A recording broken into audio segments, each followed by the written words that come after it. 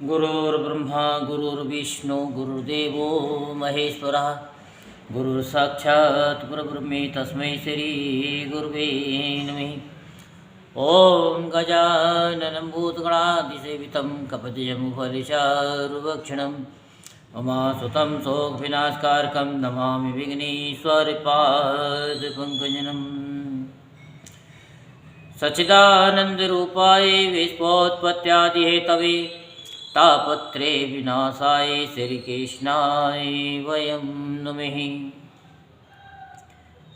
अब हम आपको श्रीमद्भागवत महापुराण के छठे स्कंद का 10वां अध्याय सुनाते हैं। देवताओं द्वारा दधीचि ऋषि की अस्थियों से वज्र निर्माण और वृत्रासुर की सेना पर आक्रमण। श्री सुखदेव जी कहते, परीक्षित विश्व के जीवन दाता श्री हरि इंद्र को इस प्रकार आदेश देकर देवताओं के सामने वहीं के वहीं अंतर्ध्यान हो गए। अब देवताओं ने उदार शिरोमणि अथर्ववेदी दधीचि ऋषि के पास जाकर भगवान के आज्ञा अनुसार याचना की। देवताओं की याचना सुनकर दधीचि ऋषि को बड़ा आनंद हुआ। उन्होंने हंसकर देवताओं से कहा, देवताओं, आप लोगों को संभवतः ये बात नहीं मालूम कि मरते समय प्राणियों को बड़ा कष्ट होता है। उन्हें जब तक चेत रहता है बड़ी असहाय पीड़ा सहनी पड़ती है और अंत में वे मूर्छित हो जाते हैं। जो जीव जगत में जीवित रहना चाहते हैं उनके लिए शरीर बहुत ही अनमोल, प्रियतम एवं अभीष्ट वस्तु है। ऐसी स्थिति में स्वयं विष्णु भगवान भी यदि जीव से उसका शरीर मांगे तो कौन उसे देने का साहस करेगा। देवताओं ने कहा कि ब्रह्मन, आप जैसे उदार और प्राणियों पर दया करने वाली महापुरुष, जिनके कर्मों की बड़े बड़े यशस्वी महानुभाव भी प्रशंसा करते हैं, प्राणियों की भलाई के लिए कौन सी वस्तु निछावर नहीं कर सकते। भगवान, इसमें संदेह नहीं है कि मांगने वाले लोग स्वार्थी होते हैं।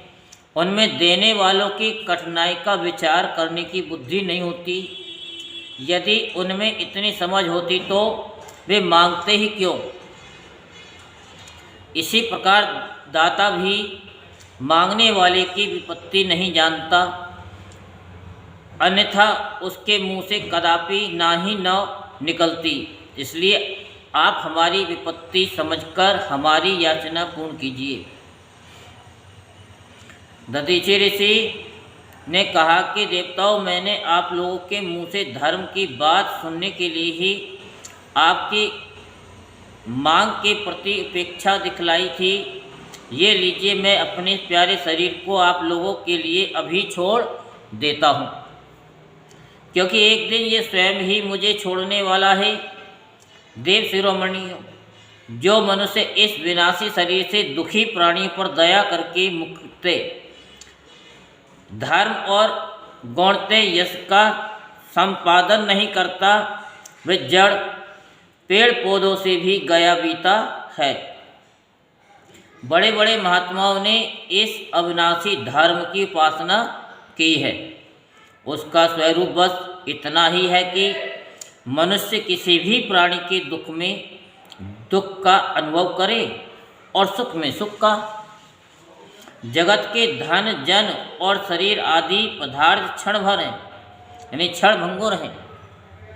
ये अपनी किसी काम नहीं आते, अंत में दूसरों के ही काम आएंगे। ओह, ये कैसी कृपणता है, कितने दुख की बात है कि ये मरण धर्मा मनुष्य इनके द्वारा दूसरों का उपकार नहीं कर लेता।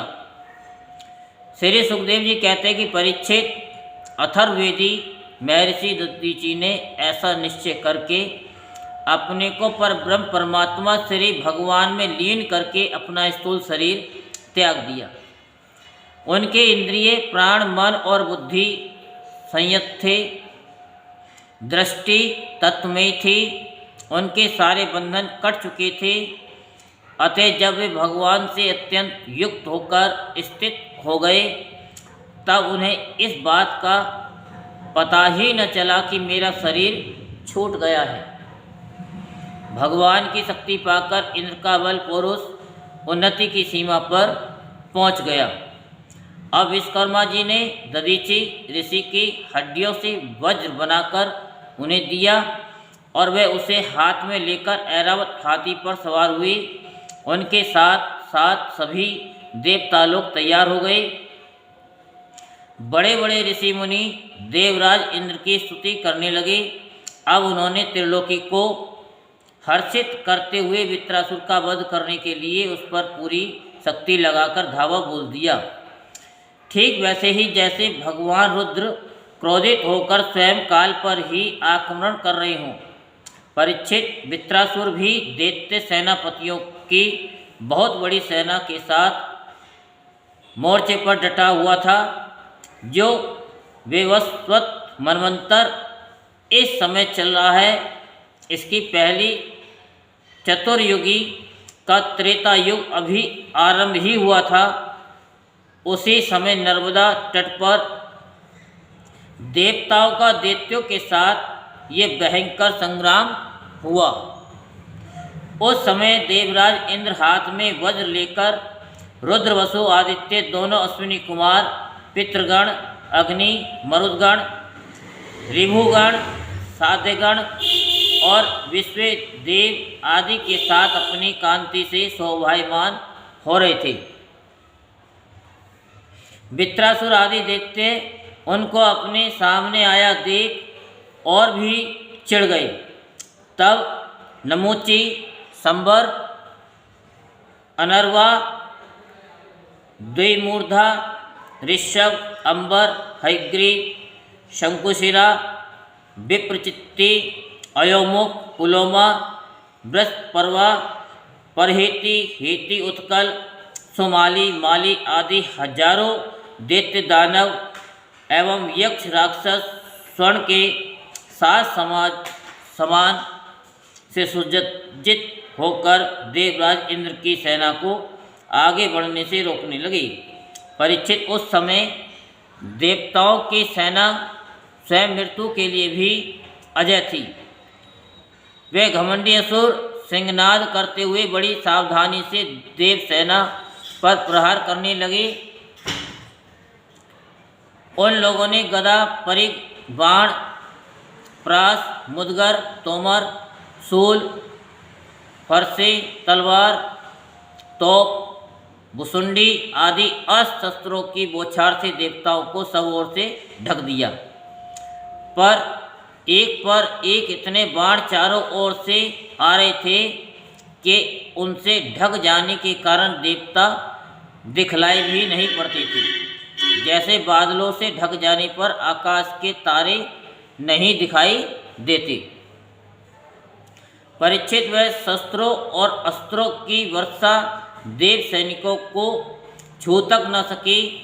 उन्होंने अपने हस्त लाघव से आकाश में ही उनके हजार हजार टुकड़े कर दिए। जब असुरों के अस्त्र समाप्त हो गए तब वे देवताओं की सेना पर पर्वतों के शिखर, वृक्ष और पत्थर बरसाने लगे, परंतु देवताओं ने उन्हें पहले की ही भांति काट गिराया। परीक्षित, जब वृत्रासुर के अनुयायी असुरों ने देखा कि उनके असंख्य अस्त्र भी देव सेना का कुछ न बिगाड़ सके, यहाँ तक कि वृक्षों, चट्टानों और पहाड़ों की बड़ी बड़ी शिखरों से भी उनके शरीर पर खरोंच तक नहीं आई, सब के सब सकुशल हैं। तब तो वे बहुत डर गए। दैत्य लोग देवताओं को पराजित करने के लिए जो जो प्रयत्न करते वे सब के सब निष्फल हो जाते। ठीक वैसे ही जैसे भगवान श्री कृष्ण के द्वारा सुरक्षित भक्तों पर शूद्र मनुष्यों की कठोर और अमंगल में दुर्वचनों का कोई प्रभाव नहीं पड़ता। भगवत विमुख असुर अपना प्रयत्न व्यर्थ देखकर उत्साह रहित हो गए। उनका वीरता का घमंड जाता रहा। अब वे अपने सरदार वृत्रासुर को युद्ध भूमि में ही छोड़कर भाग खड़े हुए, क्योंकि देवताओं ने उनका सारा बल पुरुष छीन लिया था। जब धीर वीर वृत्रासुर ने देखा कि मेरे अनुयायी असुर भाग रहे हैं और अत्यंत भयभीत होकर मेरी सेना भी तहस नहस और तितिर बितिर हो रही है, तब वह हंसकर कहने लगा, वीर शिरोमणि वृत्रासुर ने समय अनुसार वीरोचित वाणी से विप्रचिति, नमोची, पुलोमा, मय, अनर्वा, संबर आदि दैत्यों को संबोधित करके कहा, असुरो भागो मत, मेरी एक बात सुन लो। इसमें संदेह नहीं है कि जो पैदा हुआ है उसे एक न एक दिन अवश्य मरना पड़ेगा। इस जगत में विधाता ने मृत्यु से बचने का कोई उपाय नहीं बताया है। ऐसी स्थिति में यदि मृत्यु के द्वारा स्वर्ग आदि लोक और सुयश भी मिल रहा हो, तो ऐसा कौन बुद्धिमान है जो उस उत्तम मृत्यु को न अपनाएगा। संसार में दो प्रकार की मृत्यु परम दुर्लभ और श्रेष्ठ मानी गई हैं।